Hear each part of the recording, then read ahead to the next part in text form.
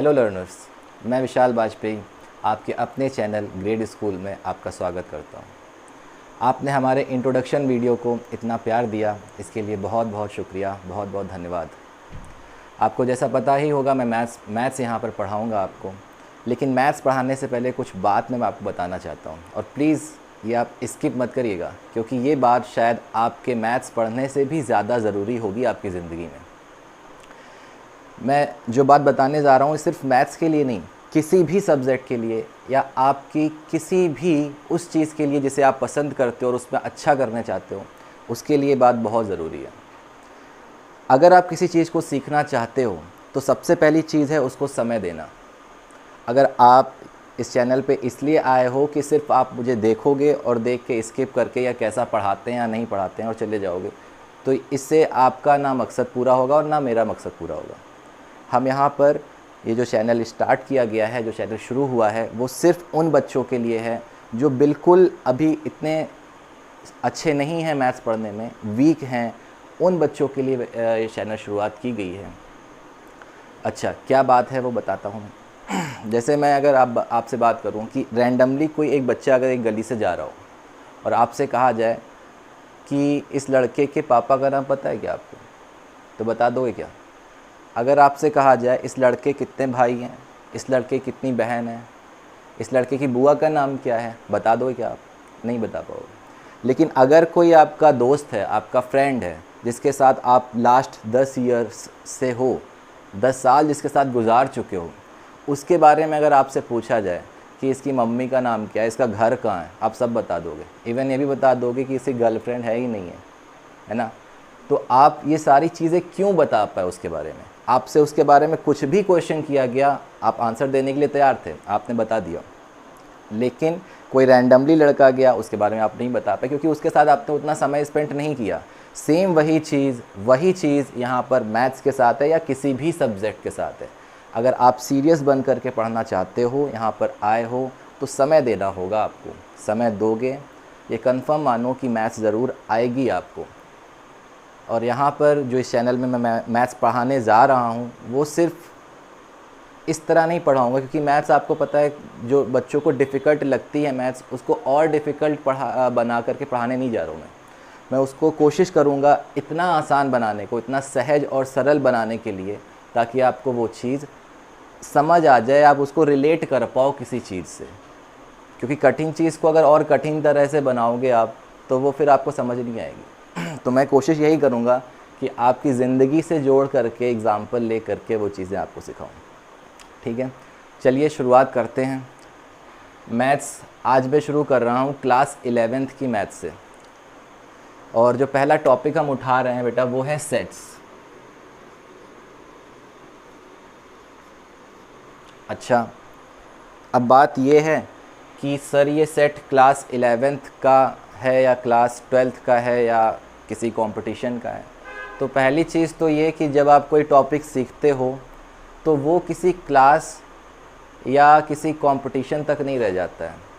अगर सेट के नाम की मैथ कहीं भी आएगी तो वो आपको हर जगह काम आने वाला है।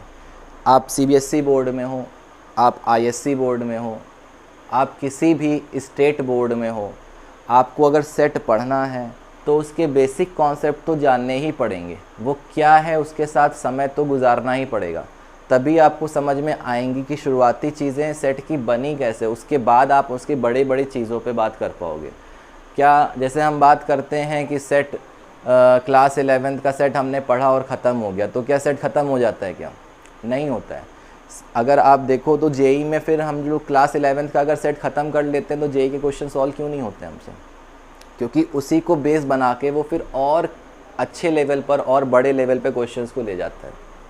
लेकिन क्या जेई का सिलेबस भी कंप्लीट कर पाने के बाद हम कह सकते हैं कि सेट हमने ख़त्म कर दिया? नहीं, वो उसके ऊपर भी जाता है। तो टॉपिक कभी ख़त्म नहीं होता है, ये सागर है। आप जितना अंदर जाओगे आपको चीज़ें मिलती जाएंगी। शायद हम भी ये नहीं कह सकते हैं कि मुझे को सेट पूरी तरह से आता है, ठीक है, लेकिन आपको कितना पढ़ना है, कहाँ से पढ़ना है, ये आपको पता होना चाहिए। आप किस लेवल पर हो और किस लेवल तक की आपको तैयारी करनी है, ये पता होना चाहिए। तो अभी मैं आपको सेट जो पढ़ाने जा रहा हूँ वो क्लास 11th का सेट का पोर्शन है, जो सिर्फ सीबीएसई का नहीं है, जो सिर्फ आईएससी का नहीं है, जो सिर्फ किसी स्टेट बोर्ड का नहीं है, ये सभी के लिए होगा। हाँ, ये ज़रूर है कि आपको लगता है कि बुक के क्वेश्चन मैच नहीं कर रहे हैं या कुछ नहीं कर रहा है, लेकिन आप किसी भी बुक में जाओ, आपको ये चीज़ें सीखनी पड़ेंगी जो मैं सिखाने जा रहा हूँ। इसके बाद आप बुक पे जाओगे, और बुक पे जाओगे तो मैं उनके भी क्वेश्चन लूँगा। आप एनसीईआरटी की बात कर लूँ, आईएससी में कोई अच्छी बुक होगी, एमएल अग्रवाल की बात कर लूँ, मैं उनके अच्छे क्वेश्चंस, आरडी शर्मा के अच्छे क्वेश्चंस लूँगा। अभी शुरुआत है, जैसा कि हमारे चैनल का नाम भी है, स्टार्ट विथ बेसिक्स। तो हम बहुत निचले लेवल से शुरू करने वाले हैं और आपको ऊंचे लेवल तक भी ज़रूर ले जाएंगे। जेईई मेंस तक के क्वेश्चन भी कराएंगे, अगर आप बोलोगे, कमेंट करोगे तो हम उस पर भी जाएंगे। ठीक है, चलिए तो शुरू करते हैं। चलिए दोस्तों शुरू करते हैं। सेट वर्ड को सुनते ही आपके दिमाग में क्या चीज़ आती है? एक से ज़्यादा चीज़ें। सेट कैसे हैं? सोफ़ा का सेट, एक से ज़्यादा सोफ़े। महिलाएं नेकलेस का सेट लेती हैं, ज्वेलरी का सेट, एक से ज़्यादा चीज़ें। आपने डिनर सेट, एक से ज़्यादा चीज़ें।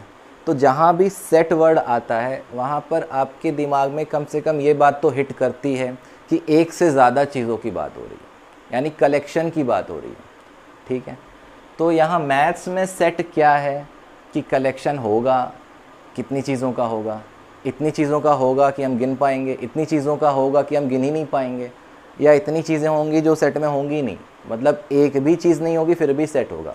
हाँ, ये भी पॉसिबिलिटी है यहाँ पर मैथ में, यानी हम उन चीज़ों को भी यहाँ इकट्ठा करेंगे जो इकट्ठा करने लायक ही नहीं है।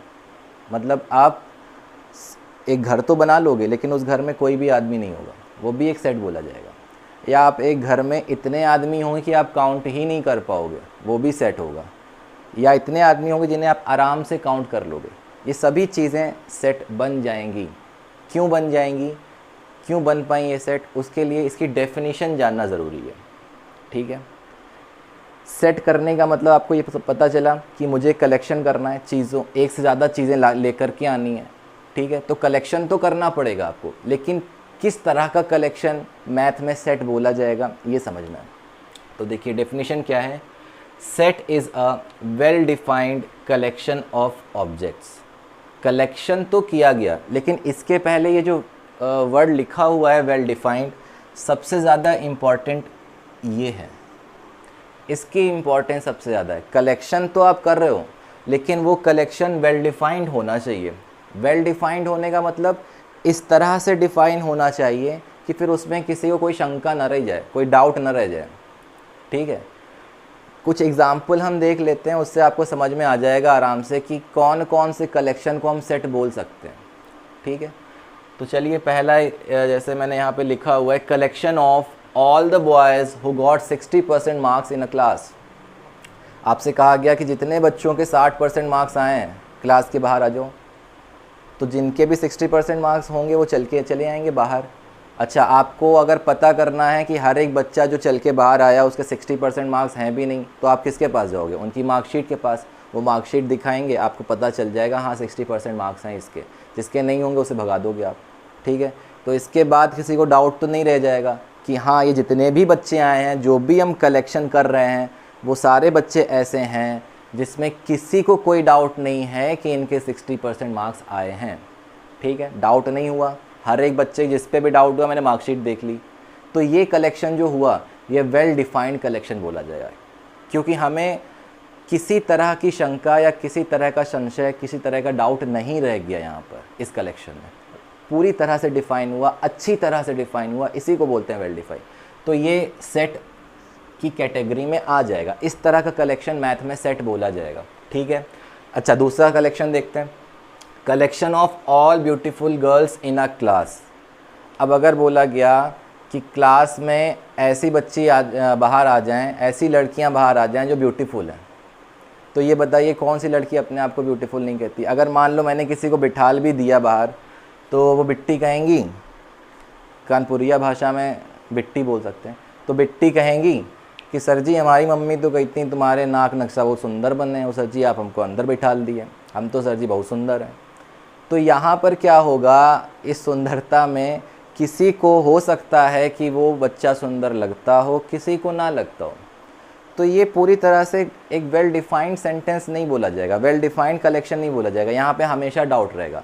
हर बच्चा अपने आप को सुंदर मानता है, ब्यूटीफुल मानता है, लेकिन मेरे लिए वो नहीं है, या किसी दूसरे के लिए नहीं है, या तीसरे के लिए है।